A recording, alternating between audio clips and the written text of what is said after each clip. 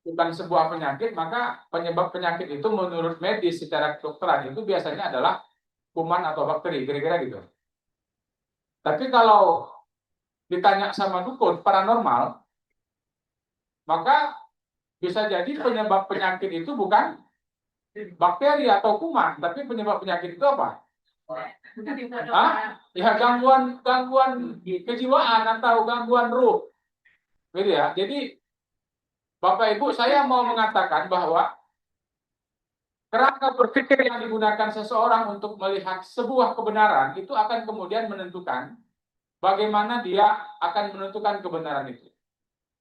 Itulah yang disebut dengan paradigma. Ketika kita mengatakan paradigma keintegrasi keilmuan, maka kita mau melihat bagaimana sesungguhnya kerangka berpikir yang dibangun dalam menentukan keilmuan yang integratif itu, khususnya di lingkungan PTKI. Tentu Bapak Ibu sekalian, kita semua juga punya pengalaman sebagai dosen-dosen di PTKI ya dalam memahami dan juga mengimplementasikan tentang integrasi keilmuan ini. Oleh karena itu tentu nanti kita akan lebih banyak berdiskusi. Silakan saja nanti Bapak Ibu kalau ingin menyampaikan pemikirannya ya, menyampaikan bandingan, silakan saja. Diskusi ini akan sangat terbuka. Termasuk nanti teman-teman dari Bimas Kristen berapa orang di ruangan ini? 1, 2, 3, 4, 5, 6. Nanti juga kita minta ini Bapak Ibu dari teman-teman Kristen ya untuk juga bicara tentang seperti apa pengalaman mereka dalam apa namanya mendesain keilmuan integratif pada kampus yang Bapak Ibu hari ini sekarang berada, gitu ya. Oke, kita lanjut. Saya kira saya mau mulai dari sini. Agak kecil sedikit kayaknya zoomnya, Pak Purja, supaya gambarnya kelihatan utuh. Mudah-mudahan yang di belakang kelihatan ya. Karena kalau Bapak Ibu bilang nggak kelihatan, saya suruh pindah ke muka. Kelihatan nggak? Cepat. Bagus. Bagus. Karena masih ada yang kosong di sini. Ya, tadi saya tanya pertama jawabannya kecil. Tapi ketika saya bilang kalau bilang nggak bisa pindah langsung juga kelihatan. Oke, Bapak Ibu, ini sebuah realitas yang hari ini dihadapi oleh kampus. Ya. Kita tidak bisa nafikan, ya, termasuk di kampus saya, di kampus Ibu di mana kampus? Ya, begitu ya, tak tahu saya. Tapi paling tidak secara umum ini adalah di antara persoalan-persoalan kita.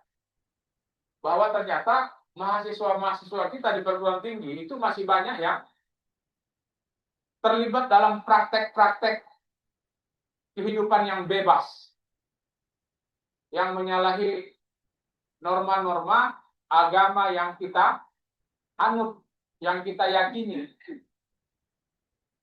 Ya, malah mahasiswa-mahasiswa ini itu adalah mahasiswa-mahasiswa kita yang ada di perguruan tinggi keagamaan, baik itu di Islam, mungkin itu di Kristen, ya, di juga perguruan tinggi keagamaan lain. Nah, ini persoalan. Tadi disampaikan oleh Pak W1 di awal dan juga diperkuat oleh Pak Kasubdit, ya. Maka pertanyaannya adalah apa yang selama ini sudah kita lakukan sebagai dosen-dosen yang memiliki tanggung jawab untuk membina mahasiswa-mahasiswa kita. Ya, ini yang lain. Sorry. Saya mau berangkat dari sini saja dulu. Ini pemberitaan-pemberitaan yang bisa kita lihat di berbagai media, Bapak Ibu sekalian. Dan tidak hanya di media, saya kira kita semua punya informasi ya terkait dengan bagaimana aktivitas mahasiswa kita. Ya, saya nggak mau saja saya membuat contohnya ini kasus-kasus mahasiswa UIN Sumatera Utara. Padahal ada ya, please.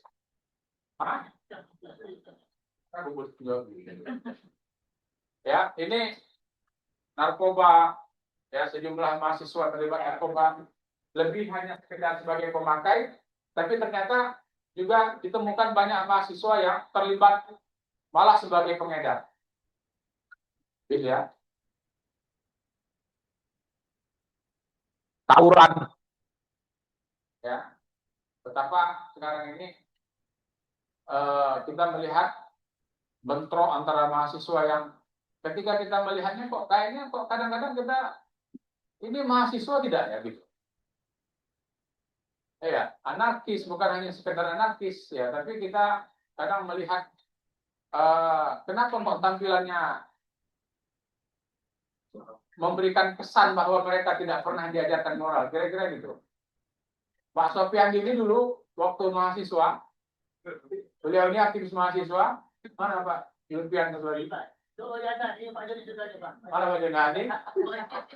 Ini mahasiswa ini, tapi kalau nanti misalnya pas ketemu saya, dia diam ini. Artinya masih ada penghargaannya dengan guru, kira-kira gitu. Tapi kadang-kadang, mahasiswa sekarang ini, begitu kita larang, kita yang diajaknya berantem gitu. Nggak asal bapak buka lagi. Dan itu kejadian. Saya bukan hanya sekedar berbicara. Betapa, Bapak Ibu sekalian, saya mau mengatakan bahwa kehadiran kita selama ini di perguruan tinggi sebagai dosen, itu ternyata gagal untuk bisa menciptakan, membina mahasiswa-mahasiswa yang beradab. Karena apa? Karena kita hanya lebih cenderung memikirkan mengisi otaknya saja, kira-kira. Ya, nih, Bapak Ibu sekalian, saya mau tegaskan bahwa pendidikan bukan hanya soal pintar, tapi juga soal karakter dan adab. Ini yang selama ini sering terabaikan oleh kita, ya, karena tugas kita bukan hanya transfer ilmu, Bapak Ibu sekalian, tugas kita adalah menanamkan nilai. Ya, ketika kita melihat mahasiswa kita dengan berbagai persoalan-persoalan sosialnya, maka sesungguhnya kita harus bertanya kepada diri kita sendiri bahwa kegagalan mereka itu sesungguhnya adalah bagian dari kegagalan kita sebagai dosen. Dan itulah mengapa diskusi tentang integrasi keilmuan pada perguruan tinggi ini menjadi penting. Ya, untuk mengingatkan kita urusan kita bukan hanya menjadikan orang atau mahasiswa kita menjadi orang-orang yang pintar saja, tapi lebih dari itu, ya, tanggung jawab kita untuk memastikan bahwa mahasiswa kita harus menjadi orang-orang yang memiliki integritas, itu juga menjadi bagian yang sangat penting. Karena apa yang mau kita lahirkan ini adalah para generasi-generasi yang akan kemudian menjadi pemimpin-pemimpin bangsa. Bayangkan nggak kalau ternyata dalam proses pendidikannya di kampus ya tidak melalui proses yang benar, maka otomatis mereka lah yang nanti kemudian akan menjadi pemimpin-pemimpin kita. Jadi kalau hari ini kita melihat banyak pemimpin kita yang tidak benar, mohon maaf ya, saya tidak bermaksud tidak bermaksud memberikan alamat ini kepada orang-orang tertentu. Secara umum saja, itu adalah bagian dari kegagalan kita sebagai tenaga pendidik. Bapak Ibu, ini diantara persoalan penting yang harus kita renungi. Ya, bebas nilai, ya, value free. Apakah ilmu itu value free? Apakah ilmu itu bebas nilai atau tidak? Ya. Ternyata Bapak Ibu, morality, ya, konsep tentang nilai-nilai moral itu menjadi bahagian penting dalam kita mengembangkan. Baik, Bapak Ibu sekalian, ini saya kira diskusinya tentang integrasi. Saya kira kalau kita merujuk berbagai literatur yang menjelaskan tentang diskusi mengenai hubungan ilmu dan agama, karena kalau kita bicara tentang apakah ilmu itu bebas nilai, ya, free atau tidak, itu lagi-lagi diskusinya tentang sebenarnya seperti apa hubungan ilmu dan agama. Setidaknya Bapak Ibu kalau kita buka di berbagai literatur, ada 4 rumusan pola hubungan antara ilmu dan agama yang dirumuskan oleh para sarjana. Ya, yang pertama yang disebut dengan hubungan konflik, yang kedua yang disebut dengan hubungan independen, yang ketiga yang disebut dengan hubungan dialog, yang ketiga yang keempat yang disebut dengan hubungan integrasi. Kita akan lihat coba satu-satu. Karena masing-masing pola hubungan ini masing-masing ada tokohnya, ada penggagasnya, ya ada eksponennya yang mengembangkan dan mempertahankannya hingga saat ini, dan kita mau lihat PTKI atau Perguruan Tinggi Keagamaan Islam, tempat di mana hari ini kita mengabdi, ya, dan juga kira-kira juga Perguruan Tinggi Keagamaan lainnya, menganut pola yang terakhir yang kita sebut dengan integrasi. Kita mau lihat. Ini contoh pola hubungan konflik. Ya, makanya tadi saya katakan kita harus memahami dulu tentang paradigma, Bapak Ibu, karena setiap hubungan ini punya paradigmanya masing-masing. Ada paradigma yang dibangun, ada cara berpikir yang dibangun untuk melihat realitas, melihat sebuah nilai-nilai kebenaran. Ini hubungan konflik. Jadi kalau pola yang pertama ini mengatakan bahwa ilmu dan agama itu tidak mungkin bisa dipersatukan. Kenapa? Karena masing-masing ini ya tidak mungkin bisa dipersatukan. Masing-masing mempunyai posisi yang berbeda. Ilmu menguji semua hipotesis dan semua teorinya berdasarkan agama, sedangkan agama berdasarkan keyakinan. Ya, ini tokohnya diantaranya adalah John William dan Andrew ya. Jadi Bapak Ibu, ini satu pola atau satu pendekatan yang mengatakan bahwa nggak mungkin itu antara ilmu dan agama itu dipersatukan. Karena apa? Karena hubungannya adalah hubungan konflik. Ya, ini satu paradigma.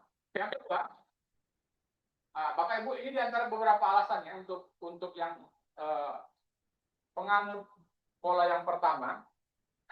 Mereka katakan bagaimana mungkin mempersatukan ini kalau ilmu itu bicara tentang sesuatu yang bebas nilai. Sementara kalau agama itu bicara tentang sesuatu yang syarat dengan nilai. Gak usah difoto Pak, nanti ini saya kasih. Nanti ini filenya dikasih di grup. Iya. Ilmu itu berasal dari manusia. Sementara agama itu sumbernya dari Tuhan. Kemudian diperoleh melalui akal, rasio, dan observasi indrawi. Ya, jadi ilmu itu kan instrumennya itu kan akal dan indrawi. Sementara agama itu diperoleh melalui wahyu. Dimulai dengan keraguan, skeptis. Sementara kalau kita bicara agama, maka kita harus memulainya dengan keyakinan. Ilmu berbicara tentang objektif, sesuatu yang objektif apa adanya. Berbicara tentang what is, realitas apa adanya. Sementara kalau kita berbicara agama, itu kita berbicara tentang what should be, apa yang seharusnya. Berbicara hal yang empiris, berbicara hal-hal yang gaib, kebenarannya menjadi relatif, kalau agama kebenarannya menjadi absolut. Inilah diantara alasan-alasan ya bagi kelompok yang kemudian mengatakan bahwa nggak mungkin itu agama dan ilmu itu diintegrasikan. Bagaimana kita mengintegrasikan air dengan minyak? Kira-kira gitu. Nggak akan pernah ketemu karena masing-masing mempunyai ranah yang berbeda, metodologi yang berbeda, dan juga tujuan yang berbeda. Gitu. Ini untuk yang mengatakan bahwa hubungannya itu konflik. Bapak Ibu, saya hanya sekedar ingin menjelaskan bahwa dalam literatur keilmuan kita, ya, pola hubungan ini masih ada dan masih hidup lestari, gitu ya. Baru nanti kita mau melihat apa yang menjadi pilihan PTKI. Bagaimana kemudian kita melihat rumusan integrasi keilmuan itu diterapkan di PTKI. Tapi sebelum sampai ke sana kita mau lihat dulu beberapa model-model hubungan dan kaitan antara ilmu dan agama. Yang kedua, independen. Independen ini kira-kira maknanya begini. Tidak sampai konflik, tapi paling tidak saling mengganggu, kira-kira gitu. Kalau konflik itu kan dia bukan hanya pasif, tapi dia turun aja dia mengegas, kira-kira gitu kan. Tapi kalau independen ini kira-kira dia tidak mengganggu, tapi adalah kau urusan kau, yang penting aku urusan. Jadi kalau ilmu itu dia akan berbicara tentang urusannya, agama itu berbicara tentang urusannya. Jadi hubungannya hubungan yang independen. Ini di antara tokoh-tokohnya. Ini hubungan yang kedua. Yang ketiga, Bapak Ibu, ini hubungan dialog ini sudah mulai bersapa, saling berkomunikasi. Apa kabar? Wah agama, baik wah ilmu, kira-kira gitu. Sudah mulai saling bersapa. Dan ini adalah cikal bakal integrasi. Sudah mulai ada persentuhan. Nah, kira-kira kalau mau digambarkan gini lah ya. Sudah mulai mencoba untuk saling memahami, melihat persamaan masing-masing, apa kemudian yang membedakan masing-masing. Ya, hubungan ini diharapkan akan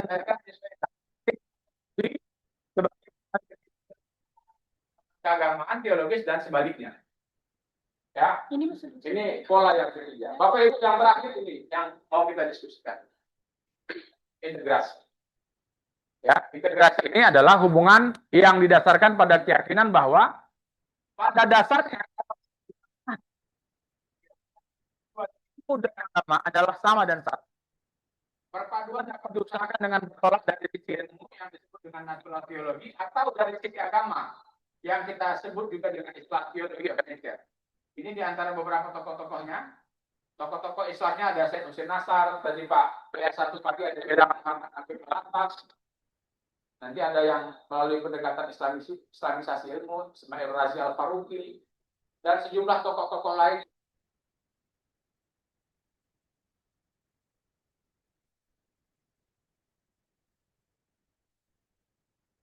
Kira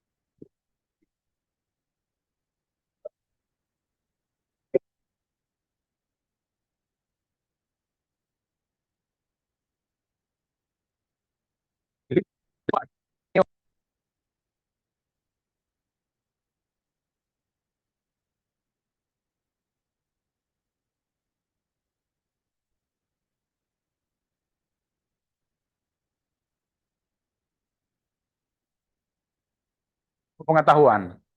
Ya, kenapa muncul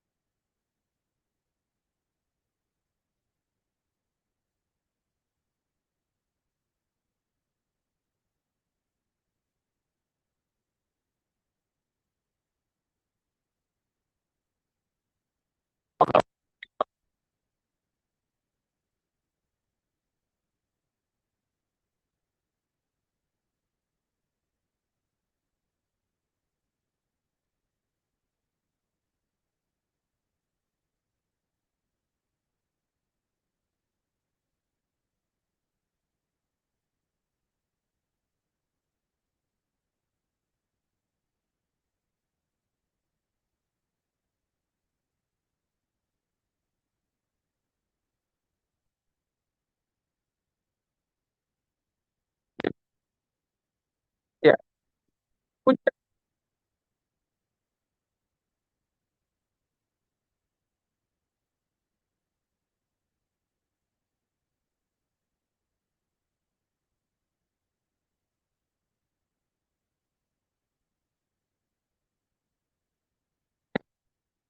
bumi yang menjadi pusat rotasi.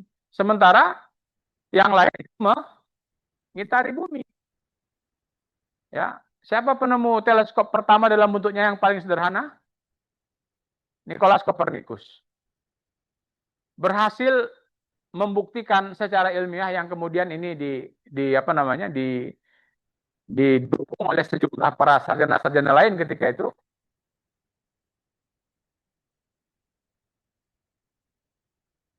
Agamawan itu keliru. Geosentris itu adalah sebuah teori yang keliru. Yang benar itu adalah heliosentris. Dan kebenaran yang dibawa oleh para ilmuwan ini mendapat dukungan oleh masyarakat ilmiah ketika itu. Walaupun mereka ini pada akhirnya, misalnya Bapak Galileo yang kemudian diburu karena dianggap melakukan pembangkangan terhadap otoritas Borneo, gitu ya. Pasti nggak ini kan? Nanti kalau Bapak Ibu bahas di sejarahnya, silakan saja bicara tentang filsafat ilmu di Barat, akan mendapatkan. Tapi tidak kemudian karena eksponen atau para kemudian melakukan pembangkangan jadi semakin kuat. Sehingga kemudian kita sebut dengan masa Renaissance.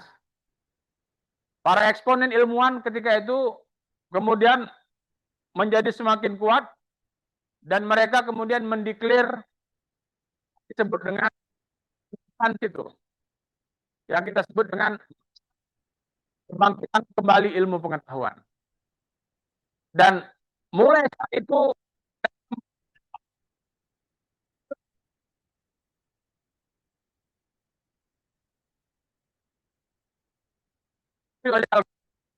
itu menjadi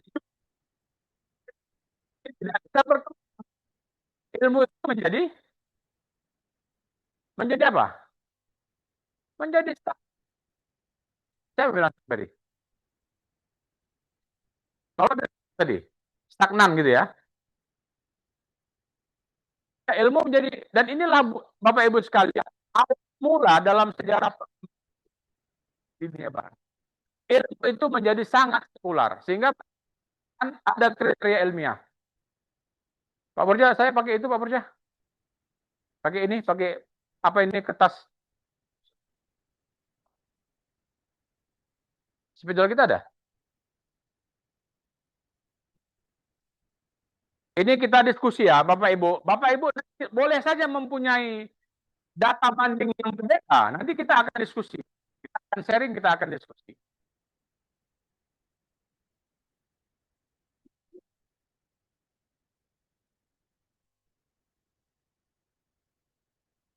Oke, baik. Jadi setelah perkembangan ilmu dan apa namanya masa hingga hari ini ya, kemudian jadi kita kalau hari ilmu itu adanya di Barat, nggak ada yang bisa kita membantah itu. Jadi sekarang kalau ukuran tentang kebenaran ilmiah itu mereka yang punya kendali kira-kira gitu, sehingga mereka rumuskan apa yang disebut dengan kriteria ilmiah. Ya, apa saja kriteria ilmiah?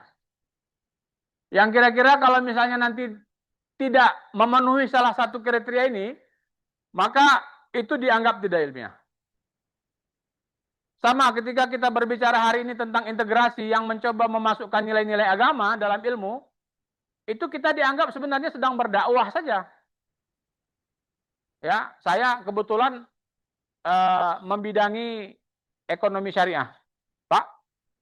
Jadi termasuk ekonomi syariah itu sesungguhnya adalah bentuk dari integrasi antara ilmu dan agama.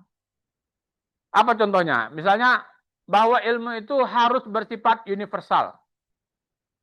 Kebenaran ilmu harus bersifat universal. Nggak boleh misalnya kita katakan ini ilmiah, kalau ternyata kebenaran sesuatu itu berbeda antara satu tempat dengan kebenarannya di tempat lain.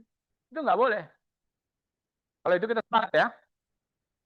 Yang kedua, kebenaran ilmiah itu adalah apa namanya? Objektif. Saya tolong dibantu diingatkan ya. Ini sebenarnya sudah selesainya Bapak Ibu ini. Waktu kuliah belajar filsafat ilmu ya kan. Apa maknanya kebenaran ilmu harus objektif? Apa maknanya? Jadi kalau kita katakan batu itu keras, iya harus sesuai dengan, jadi sesuai dengan objeknya. Nggak boleh kita bilang batu itu keras, ternyata kita konfirmasi ke objeknya batu itu keras. Jadi kebenarannya harus objektif. Dan nanti disinilah Bapak Ibu, yang ketiga harus bisa dibuktikan secara empiris. Harus bisa dibuktikan secara empiris. Bapak Ibu berbicara tentang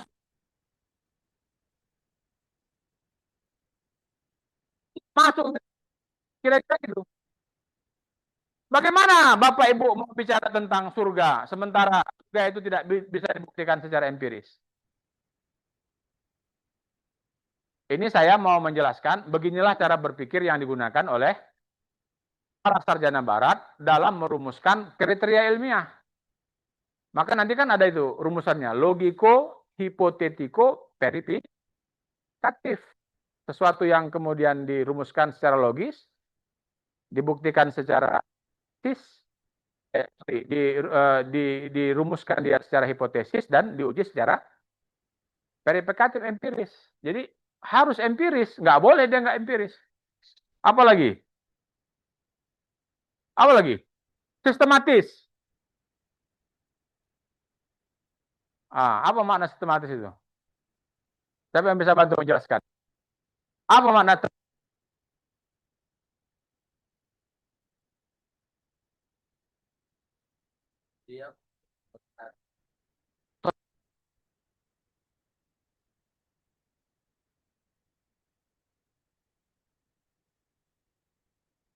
ilmu? Itu namanya.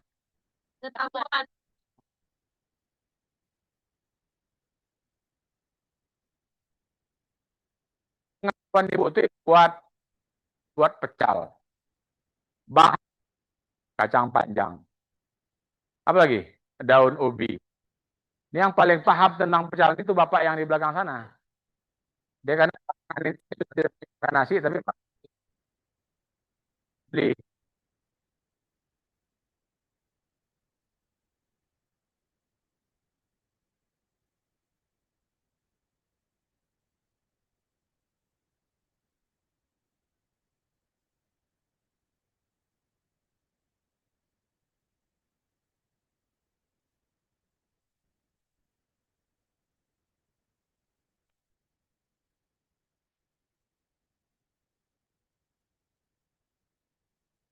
Nih, ya kan? Ini kita baca. Itulah kemudian disebut dengan ilmu. Bedanya dengan bukan itu. Jadi kalau kalau ilmu itu dia sistematis, sehingga dia mudah dicerna. Apa lagi kira-kira kriteria ilmiah? Empiris sudah, analitis ya. Apalagi argumentatif. Ini saya tampung aja nih. Argumentatif itu maksudnya bisa di apa ya? Logis lah ini ya mungkin ya. Apalagi komunikatif, kumulatif. Apa maksudnya itu? Kumulatif. Kayak tabungan lah gitu ya, kayak tabungan ya. Ah? Dinamis ya. Ya, boleh. Mungkin istilahnya yang lebih pas bukan dinamis, tentatif ya.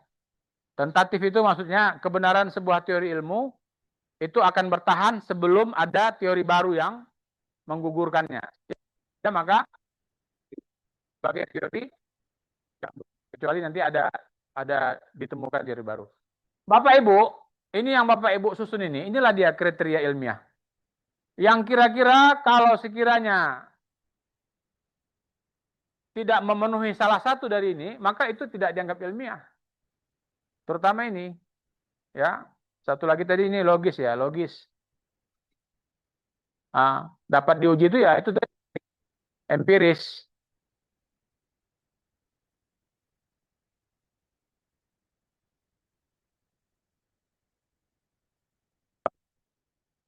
Untuk integrasi ini kemudian bersikeras. Jadi Bapak Ibu, berangkat dari sejarah Renaissance itu, ya, Renaissance itu, inilah yang kemudian kita melihat bahwa ternyata perkembangan ilmiah atau perkembangan ilmu pengetahuan itu menjadi sangat sekular, ya, karena itu tadi karena trauma sejarah ketika ilmu pernah dulu, ketika agama pernah dulu mencampuri ilmu pengetahuan, ilmu pengetahuan,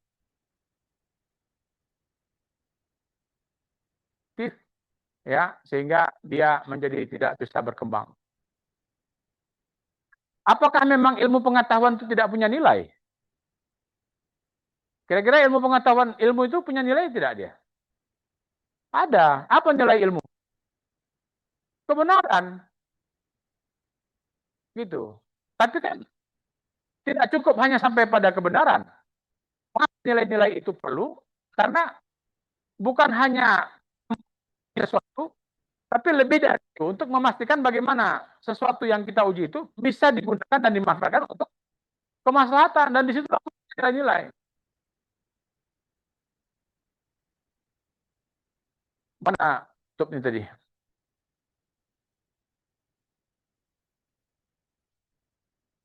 Dia, ini dia. Ini, oke. Ini Bapak Ibu, ya. Ketika kita berbicara, ya, ini kelihatan nggak? Nggak kelihatan nih jadinya. Kemarin aja. Itu dia.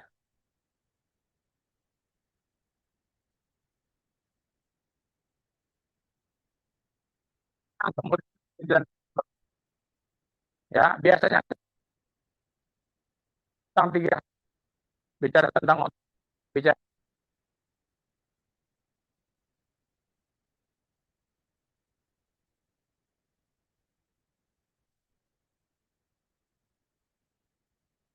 ya,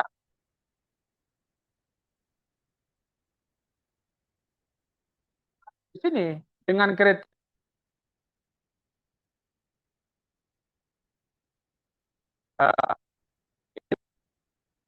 dunia itu nanti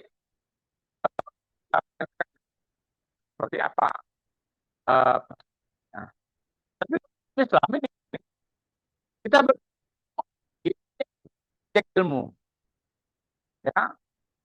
Dalam apa namanya dalam Islam itu ketika kita bicara tentang aspek ontologi, maka kita bicara tentang realitas itu bukan hanya hal-hal yang materialistis.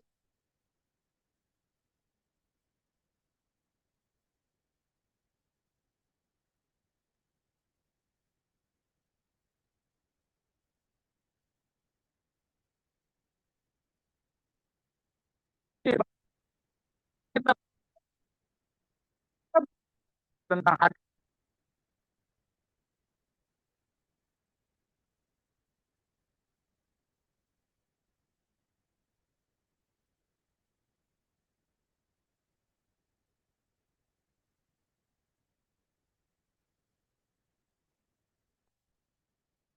cara ilmu. Walaupun nanti kita akan coba melihat sekarang ini ada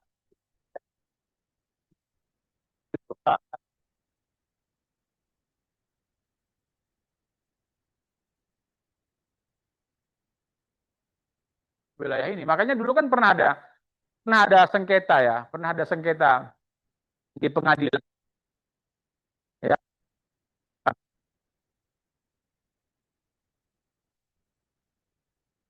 Ini dia sudah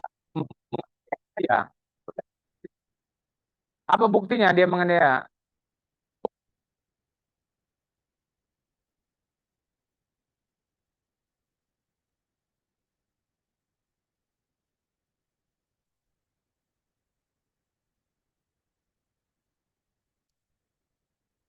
Wilayah yang tidak bisa dibuktikan, kira-kira gitu. Nah, sementara kalau kita berbicara tentang integrasi, Bapak Ibu sekalian, kita hanya bukan berbicara hal-hal yang empiris saja, kita juga berbicara hal-hal yang non empiris. Dan ini adalah landasan filosofis integrasi keilmuan di dalam Islam. Kalau kita berbicara tentang epistemologi, epistemologi ini berbicara tentang sumber ilmu. Apa yang menjadi sumber ilmu dan bagaimana cara kita memperoleh ilmu. Ya, kita berbicara kepada aspek ini, maka bukan hanya indrawi saja yang menjadi sumber ilmu, tapi juga ada wahyu. Jadi ada kebenaran. Jadi awal dulu kan aliran aliran kebenaran itu kan ada dua.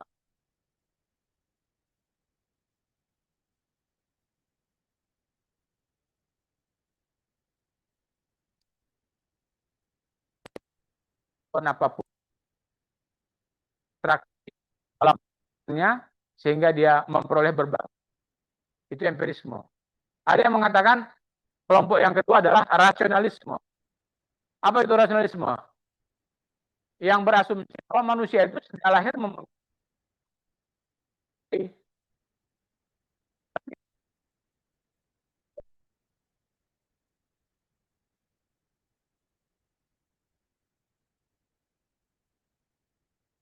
pendekatan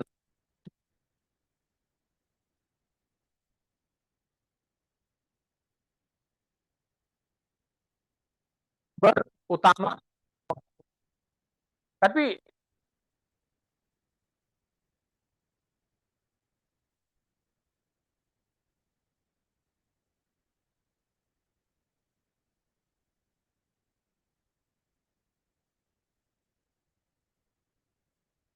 ya ilmu bukan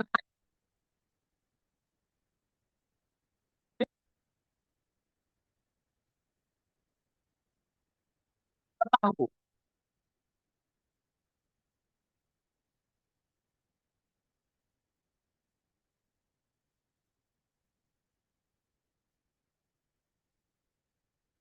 Bapak Ibu, ya mana itu memberikan manfaat bagi eksistensi dan kehambaan. Ya, maka bagaimana yang kita pelajari bukan sekedar hanya untuk kita tahu,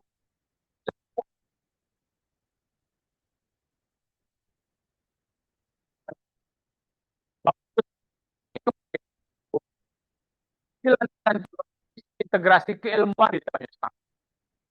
Ya, kamu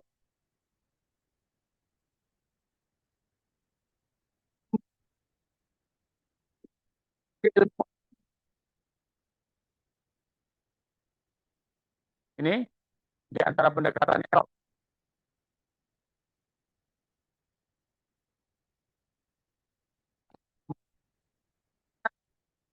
Bu,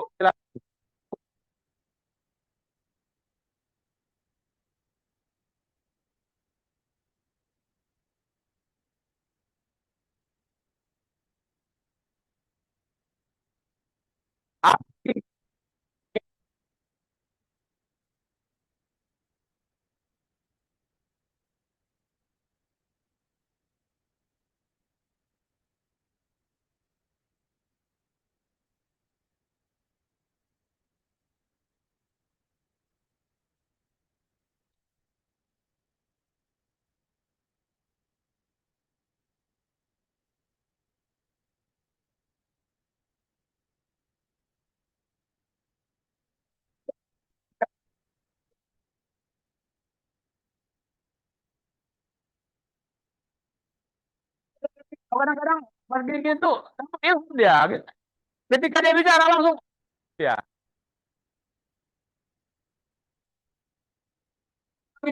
Ibu pendekatan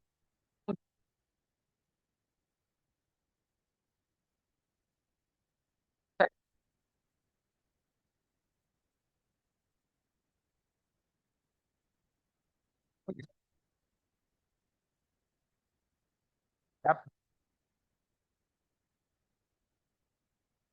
kecenderungannya ilmuwan tidak lebih untuk memberi coba sama yang disebut dengan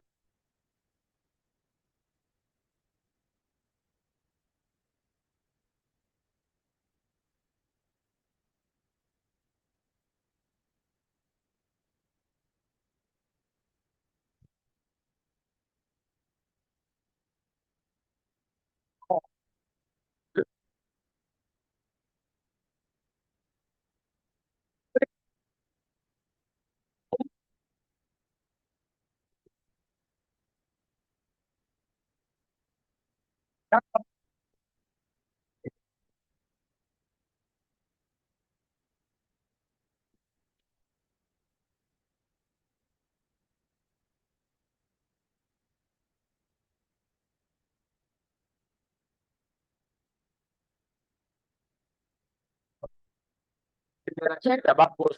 Terus maka pendekatan ini Ditukar lagi. Enggak. kenapa? Hah? Enggak hidup ini. Apa ini yang bagus? Bah, jadi dari tadi orang tuh di Ambon sana apa nih dengarkan? Itu yang saya masukkan tadi, orang tuh bisa berkomentar nggak? Bisa. Hah? Langsung aja.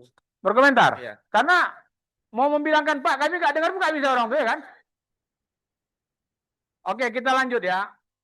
Ilustrasinya begini, kalau kita berbicara tentang restorasi, ada rumah ini bermasalah. Ada yang atapnya bocor, pintunya rusak, ada dindingnya yang catnya sudah tidak baik. Maka pendekatan ini melakukan rumahnya diruntuhkan semua. Runtuh ini semua. Ini nggak bisa lagi dipakai rumah. Kita bangun rumah baru. Kita buat fondasi baru. Jadi pendekatannya pendekatan agak sedikit lebih ekstrim, kira-kira gitulah. Pendekatannya sangat ideal. Jadi mereka bilang kalau kita mau melakukan apa namanya, ya katakanlah mau melakukan perbaikan, maka harus betul-betul radikal.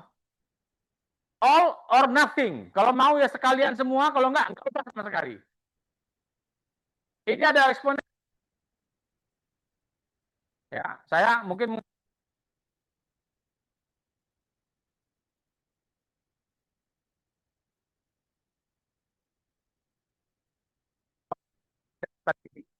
yang mengatakan bahwa ya betul-betul harus pendekatannya dari nol, harus diturunkan apa namanya berbagai postulat-postulat dari kitab suci. Jadi apa yang hari ini menjadi pengetahuan itu nggak usah dipakai sama sekali. Itu yang radikal, gitu ya.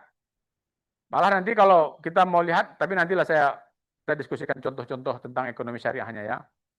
Kemudian yang kedua, itu pendekatannya rekonstruksionis, Bapak Ibu sekalian. Jadi contoh yang sama, kalau ada rumah bermasalah, maka apa yang kita lakukan? Ini kayaknya perkembangan sains modern ini bermasalah ini, perkembangan ilmu pengetahuan ini bermasalah ini. Sudah menjadi sangat sangat sekular, ya, tidak lagi memiliki nilai-nilai yang seharusnya ada, sehingga menjadi sangat sangat bermasalah. Pendekatan yang kedua ini yang mereka lakukan adalah kalau ada rumah rusak, ada rumah yang tidak apa cacat lah gitu ya, rumah yang kira-kira bermasalah, maka yang dilakukan adalah dengan memperbaiki apa yang rusak.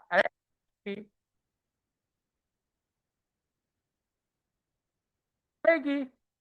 Kalau tiangnya misalnya menjadi sudah tidak kokoh, maka dibuat tiang kira-kira gitu. Kalau misalnya yang bermasalah jendelanya yang sudah dimakan cat, maka daun yang diganti. Kalau catnya misalnya sudah usang, maka yang di ya, pendekatan yang lebih ya dengan apa namanya, dengan asumsi bahwa tidak semuanya ya instrumen dan ilmu pengetahuan yang hari ini berkembang semuanya bermasalah. Kita lihat persoalannya pada landasan filosofi. Karena perkembangan ilmu didasarkan kepada nilai-nilai ketuhanan. Maka kemudian yang dilakukan adalah melakukan suntikan nilai landasan filosofis. Oh, yang bermasalah adalah struktur yang dibangun.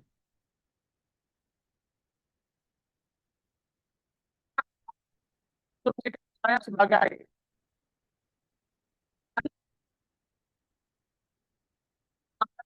manusia itu di samping sebagai pelaku ilmiah, mereka juga sebagai hamba Allah, sebagai khalifah, sebagai wakil Tuhan.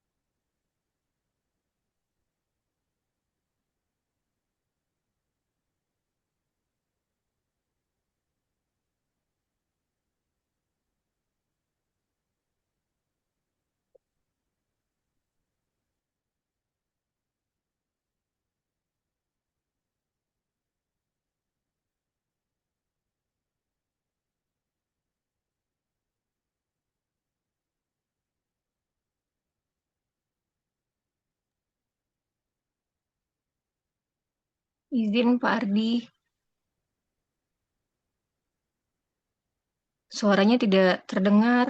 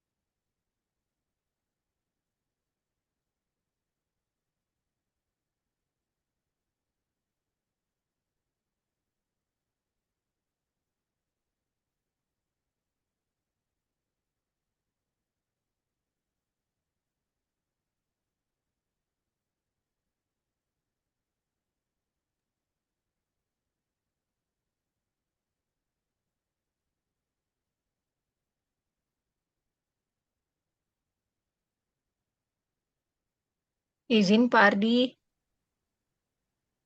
suaranya tidak kedengaran.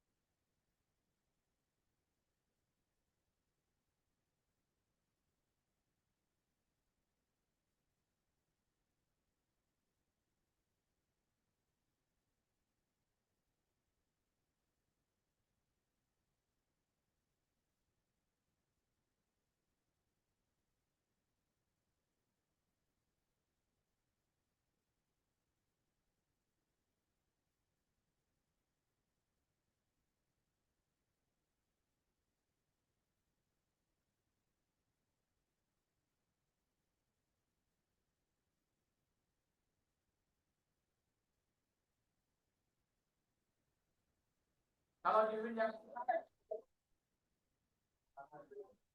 ada namanya biologi Corselus, ada nama kalau di Malang namanya pohon ilmu, kalau di Jogja namanya Spekerlex, kalau di Tariau namanya, nah itu aja. Kalau kita namanya adalah Wahdatul Ulum.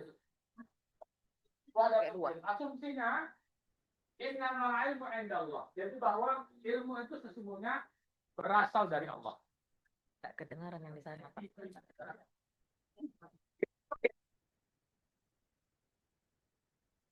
Ada?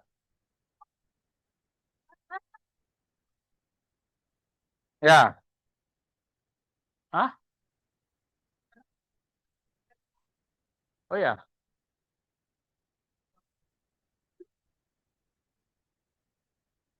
Nanti apa orang tuh yang nggak bagus nggak? Iya.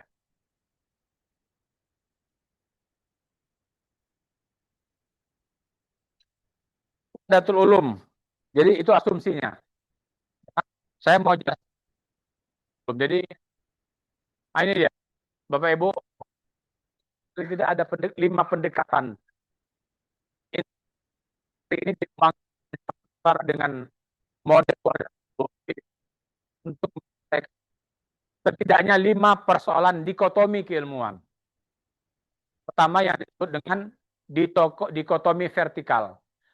Apa itu dikotomi vertikal? Dikotomi vertikal itu ada orang yang berilmu, tapi semakin dia berilmu, dia semakin jauh dari Tuhannya. Itu persoalan pertama dari integrasi yang disebut dengan dikotomi vertikal. Semakin dia berilmu, semakin jauh dia dari Tuhannya. Sementara tadi asumsi yang kita katakan bahwa ilmu itu berasal dari Tuhan. Wa 'allamal adama al-asma'a kullaha. Jadi ketika Allah mengajarkan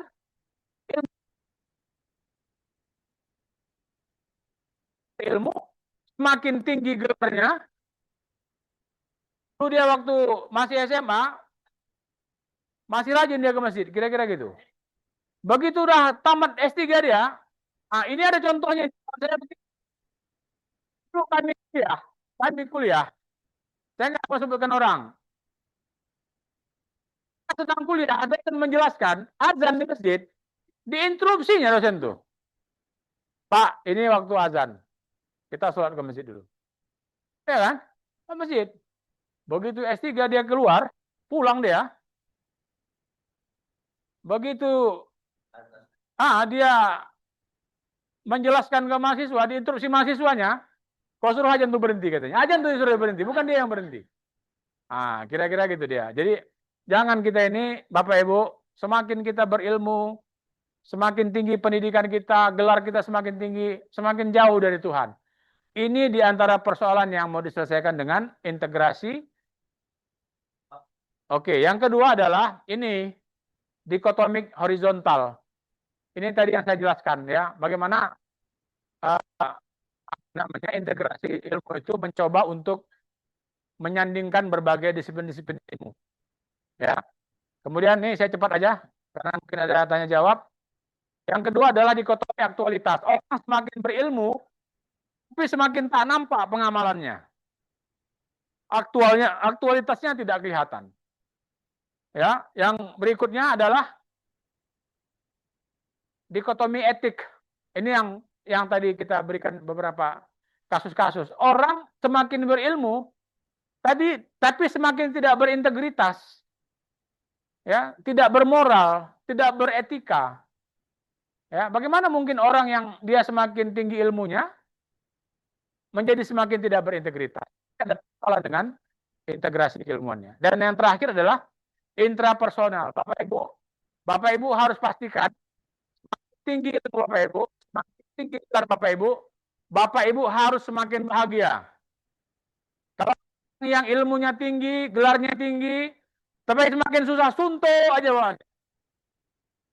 Syukur hanya dia yang suntuk. Ya kan? Kadang-kadang udah dia suntuk, awak pun suntuknya. Gitu dia. Kalau dia aja suntuk, itu urusan dia lah, gitu kan? Udah dia suntuk, awak pula ikut suntuk dibuatnya. Ya kan? Dia yang oyong, awak pun ikut oyong. Kira-kira gitu. Ini dia interpersonal. Jadi jangan Bapak Ibu, kita semakin tinggi ilmu, ya, semakin tidak bahagia. Kita semakin bahagia. Dan ukuran bahagia itu tidak selamanya diukur dengan hal-hal yang bersifat materialistis. Inilah Bapak Ibu kira-kira yang menjadi fokus tujuan dari integrasi yang dikembangkan dengan model Wahdatul Ulum yang dikembangkan oleh Win. Ini dirumuskan oleh para guru besar kita. Walaupun tentu saja rumus di Win Sumatera Utara terus mendapat respon dan kritikan dari berbagai para guru besar lain. Jadi ciri-cirinya kampus itu kan begitu kan, nggak boleh dia ada satu gagasan yang bisa diterima oleh semua secara totalitas. Tetap ada nanti yang mencoba mengkritisi apa segala macam. Sama kayak Islamisasi ilmu yang dikembangkan oleh Ismail Razi Al-Faruqi dengan lembaganya yang kita kenal dengan Triple IT, International Islamic triple IT 3I, internasional, Islamic, apa I-nya satu lagi? Nah, itulah pokoknya satu lagi coach ya. Triple IT, sebuah lembaga yang berdiri sekitar tahun 1981 ya di Amerika Serikat. Lembaganya Triple IT, di antara para pendirinya adalah Ismail Razi Al-Faruqi yang mengembangkan konsep tentang islamisasi ilmu pengetahuan. Jadi asumsinya islamisasi itu tentu tidak menolak semua perkembangan ilmu yang ada, tapi melakukan upaya-upaya perbaikan dengan memberikan landasan-landasan filosofis ya, mengganti dari filosofisnya. Gagasan ini telah berhasil mendirikan 2 kampus besar.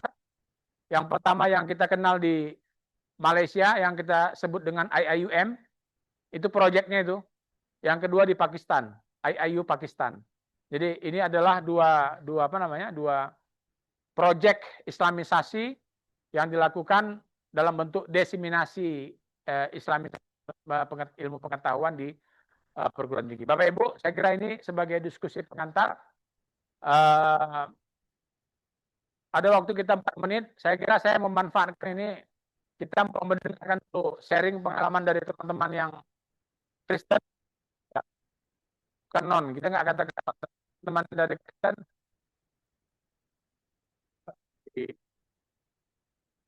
termasuk keresahan intelektualnya, apakah mungkin sama dengan yang dirasakan di... Ibu dulu mau bicara atau siapa mau bicara? Siapa tadi? Itu ya tangan dulu. Nah, ini memang kalau urut.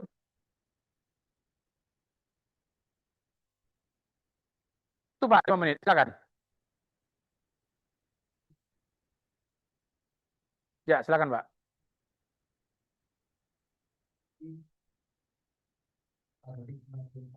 Integrasi antara ilmu dengan agama ini sering dianggap kuat, seperti yang tadi. Makanya ada juga dari sarjana Kristen yang mengeluarkan teologi abu-abu. Itu dianggap bahwa sekularisme itu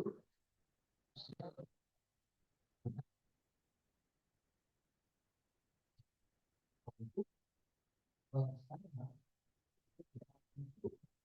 kasihkannya dari sarjana Kristen, tetapi pada kenyataannya penerimaan dari sarjana secara umum itu lebih kepada dikotomi tadi, dan dikotominya pengusahaan. Karena seperti yang terakhir dari penjelasan Bapak tadi, semakin berguna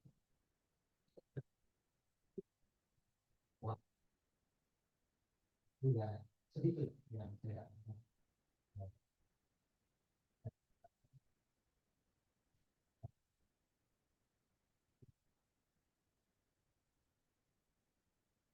Ya, baik. Pak apa tadi namanya? Pak Johannes ya. Saya kira juga di Muslim juga ada itu Pak.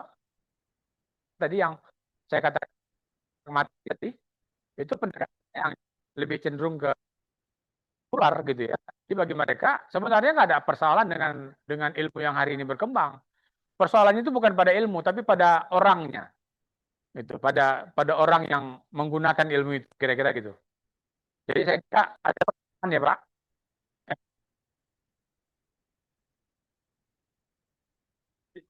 Saya rasa ini cukup menarik, namun saya disertai Nama Bapak.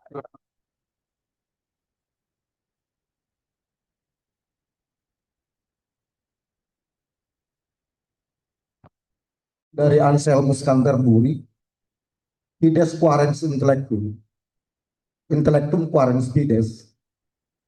Iman itu mencari pengertian, dan pengertian itu juga yang nantinya menghantar pada iman.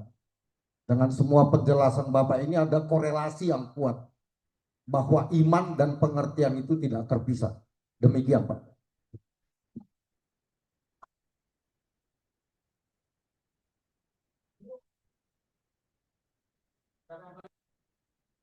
Udah habis ya? Nampak kali Bapak Ibu ini mau berintegrasi segera dengan orang rumah ya kan? Silakan. Teman-teman yang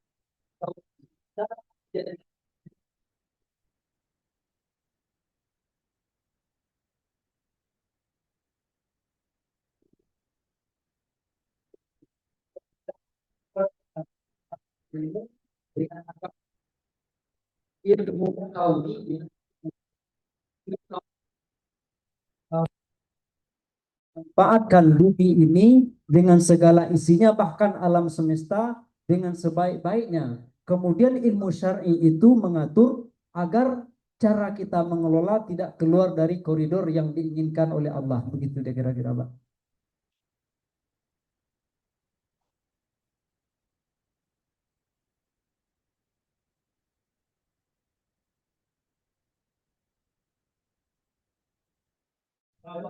Ya, saya kira yang disampaikan oleh Pak Indra tadi itu juga yang menjadi alasan Maurice Bucaille menulis buku tentang Al-Quran dan sains itu.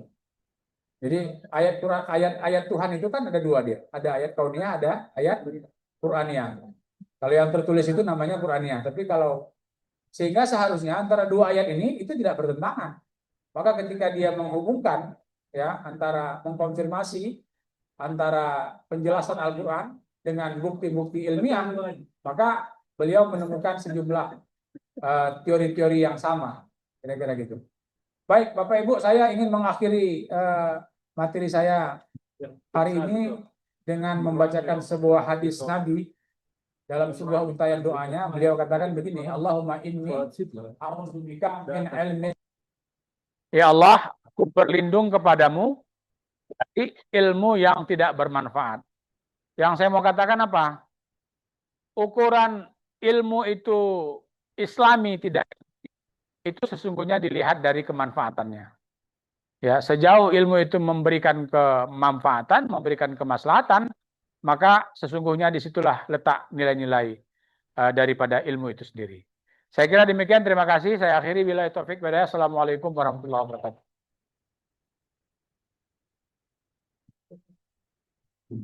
Bapak Ibu, kita beri sekali lagi buat Profesor Fabratius yang sudah menyampaikan materi kita pada sore hari ini. Sebenarnya karena keterbatasan waktu, saya lihat ini diskusinya cukup menarik ya.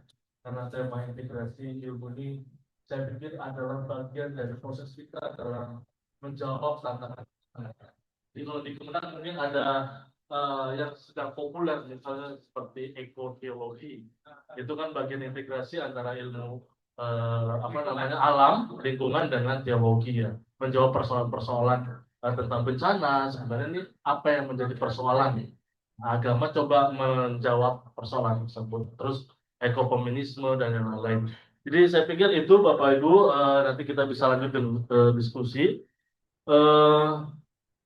Saya cukupkan untuk materi terakhir di hari pertama. Mudah-mudahan apa yang disampaikan tadi oleh Prof. Yapis di akhir, saya menangkap bahwa ilmu yang kita dapatkan selama seharian dari pagi sampai maghrib ini semuanya bermanfaat dan berkah bagi kita semua.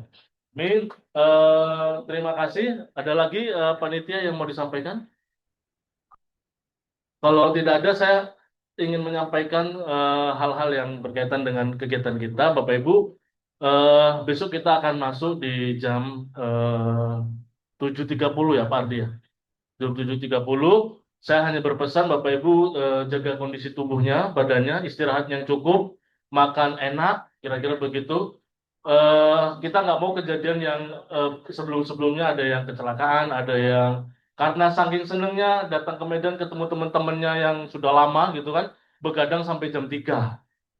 Minum kopi, minum extra jus, besoknya perutnya mules. Akan jadi kerjaan panitia. Saya hanya ingatkan itu. Begadang boleh Pak Fadli ya.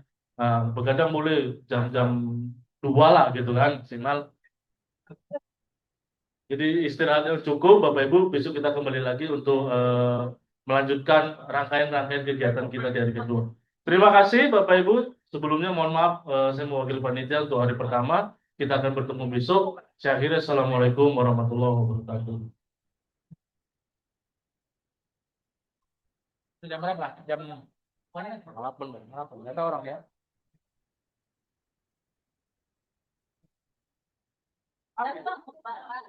Kita lucu. Kalau aku harus dia menyerahkan langsung, aku tak mau tuh. Karena yang berkahnya.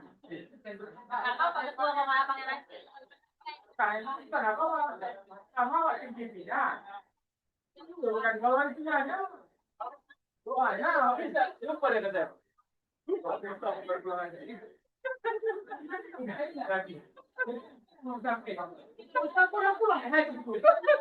Saya jangan kau pulang kapan? Ya, tapi lah pertama, alhamdulillah ada sampai.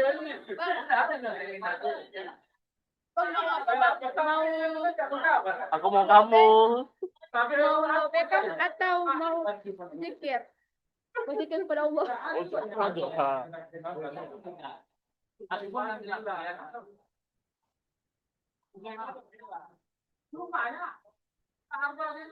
lupa. Jadi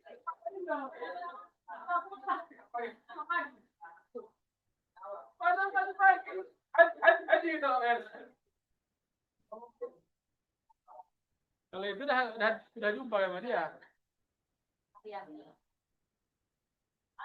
Ya, ini bagus ya.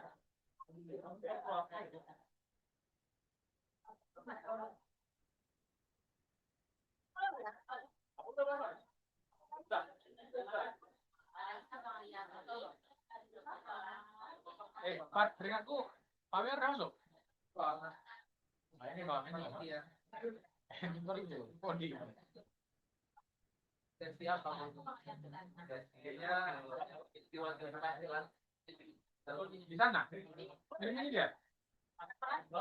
Oke, mau diangkat? Nah,